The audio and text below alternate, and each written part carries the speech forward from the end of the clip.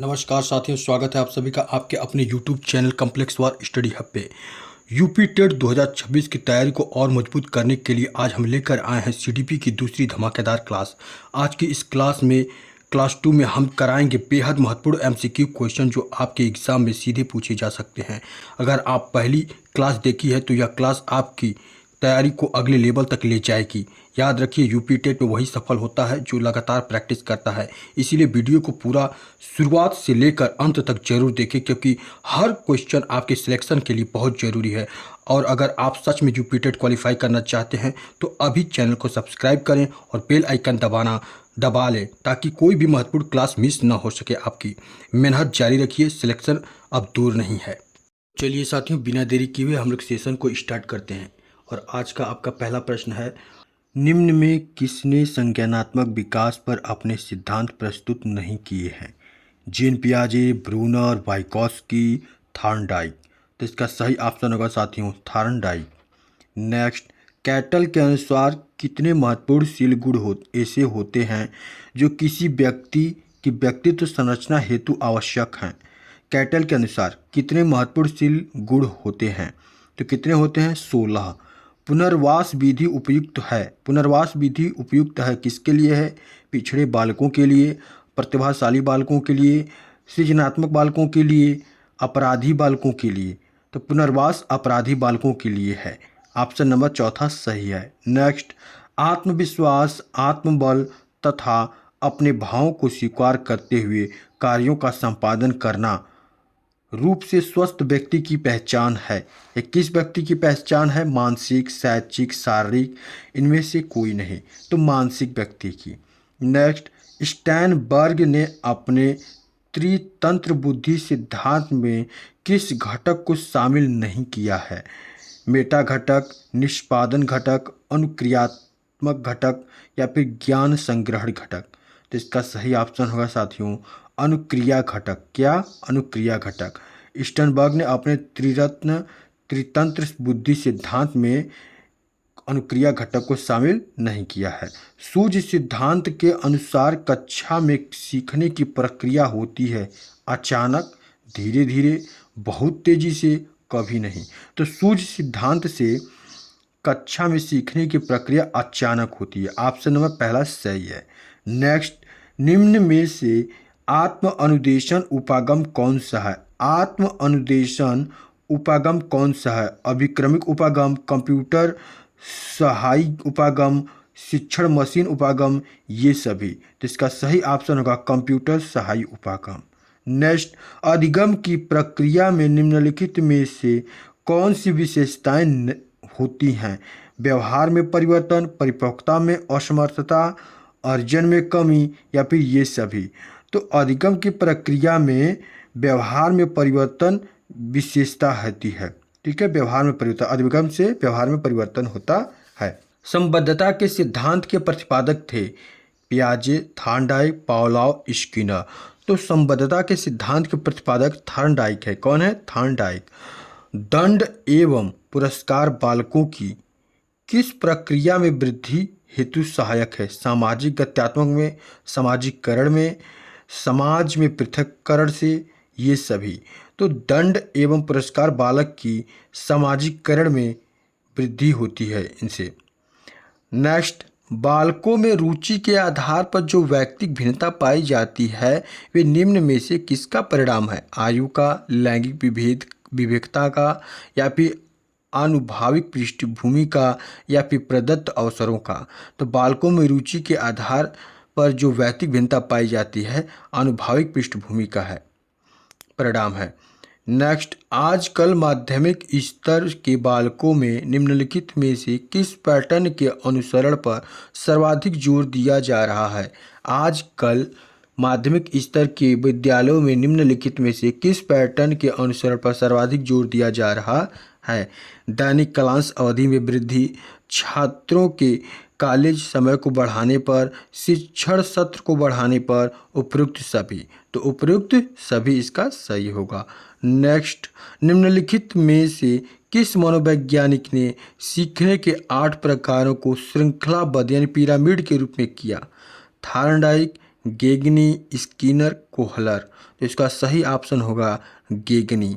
Next, आजकल प्राथमिक कक्षाओं में लेखन शिक्षण पर अधिक बल दिया जाता है जिससे कि छात्र प्राथमिक कक्षाओं में सुलेख करें, भाषा संबंधित विभिन्न अभ्यास करें, भाषा वाचन और लेखन का साथ साथ अभ्यास करें, भाषा संबंधी उत्तम अभिव्यक्ति का ज्ञान प्राप्त करें। इसका सही ऑप्शन होगा ऑप्शन नंबर 4, भाषा संबंधित उत्तम अभिव्यक्ति का ज्ञान प्राप्त करें। नेक्स्ट, जब बालक लगभग 2 से 3 वर्ष का हो जाता है तो बालकों में सामूहिक खेलों के प्रति एक सामान्यीकरण उत्पन्न होने लगता है। इसका अर्थ यह है कि बालक अन्य बालकों के साथ खेलना पसंद नहीं करता है, अन्य बालकों के साथ समूह में सक्रिय हो जाता है, उन कार्यों को दोहराता है जिन्हें अन्य बालक खेल के दौरान कर रहे होते हैं या उपयुक्त सभी। तो इसका ऑप्शन हो जाएगा ऑप्शन नंबर 3, उन कार्यों को दोहराता है जिन्हें अन्य बालक खेल के दौरान कर रहे होते हैं। प्राथमिक स्तर पर पाठ्यक्रमों का झुकाव निम्न में से किस ओर होना चाहिए?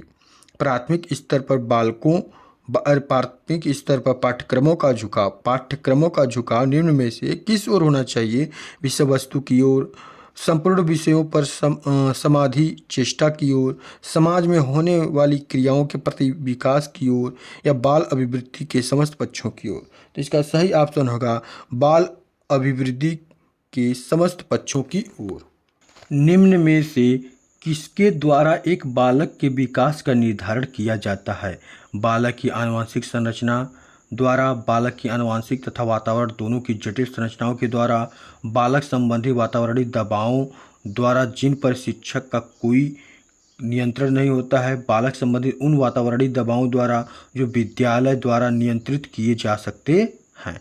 तो इसका सही ऑप्शन होगा ऑप्शन नंबर 2, बालक की आनुवंशिकता तथा वातावरण दोनों की जटिल संरचना के द्वारा। नेक्स्ट, विकास की किस अवस्था में बालकों की खेल कूद संबंधित रुचि का अधिकतम विकास होता है? प्राथमिक बाल्यावस्था में, पूर्व किशोरावस्था में, वयस्कावस्था में, अंतिम किशोरावस्था में। तो इसका सही ऑप्शन होगा पूर्व किशोरावस्था में। विकास की किस अवस्था में बालकों की खेल कूद संबंधित रुचि का अधिकतम विकास होता है? तो पूर्व किशोरावस्था में। नेक्स्ट, किशोरावस्था में किशोरों के अंदर जो सामाजिक नेतृत्व का गुण पाया जाता है उसका संबंध निम्न में से किसके साथ है? मानसिक शक्तियों के साथ है, शारीरिक संगठन के साथ है, स्कूल की उपलब्धियों के साथ है, या अन्य लिंग के सदस्यों की मित्रता के साथ है? तो शारीरिक संगठन के साथ है। नेक्स्ट, एक बालक के बड़े होने के साथ साथ उसमें रुचि संबंधित प्रवृत्तियां विकसित नहीं होती हैं, निश्चित रूप से विकसित होने लगती हैं, संख्यात्मक दृष्टि से सीमित हो जाती हैं, किंतु उनमें गुणात्मक परिवर्तन दृष्टिगोचर होने लगते हैं।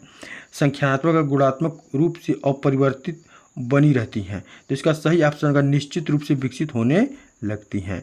नेक्स्ट, किसी बालक में पाठन कौशल संबंधित विकास करने का उत्तम ढंग है? क्या है उत्तम ढंग है?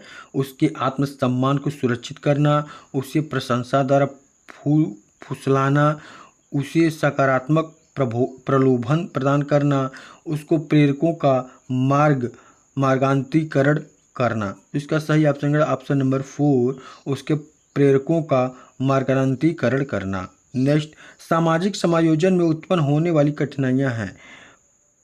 कौन कौन सी कठिनाइयाँ हैं? समय पूर्व परिपक्व होने वाले बालकों में, आयु के पश्चात परिपक्वता प्राप्त करने वाले बालकों में, केवल आयु के पश्चात परिपक्वता प्राप्त करने वाली लड़कियों में, आयु पूर्व परिपक्व होने वाले लड़कियों में। तो इसका सही ऑप्शन होगा ऑप्शन नंबर 2, आयु के पश्चात परिपक्वता प्राप्त करने वाले बालकों में। मानसिक दृष्टि से पिछड़े बच्चों की पहचान की जा सकती है। मानसिक रूप से पिछड़े बच्चों की पहचान कैसे कर सकते हैं? निष्ठा के आधार पर, शक्ति के आधार पर, अनुशासनहीनता के आधार पर, या इनमें से कोई नहीं? तो अनुशासनहीनता के आधार पर। पिछड़ा बालक वह है जो अपने अध्ययन के बीच में अपना कार्य जो उसकी आयु के अनुसार एक कक्षा नीचे का है करने में असमर्थ रहता है। उक्त कथन किसका है? जीन पियाजे का है, बर्ट का है, स्किनर का है, कोहल्सबर्ग का है?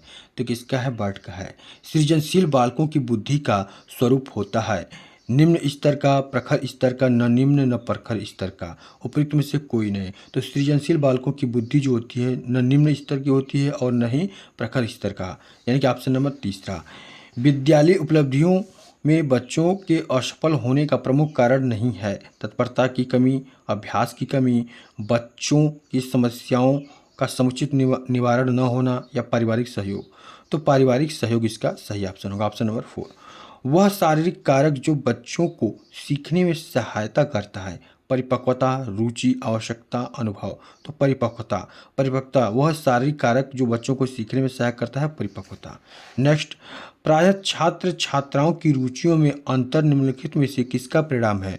मूल प्रवृत्त्यात्मक गुणों का, सांस्कृतिक प्रभावों का, अन्य श्रावस्ती ग्रंथियों का, जैविक कारकों का।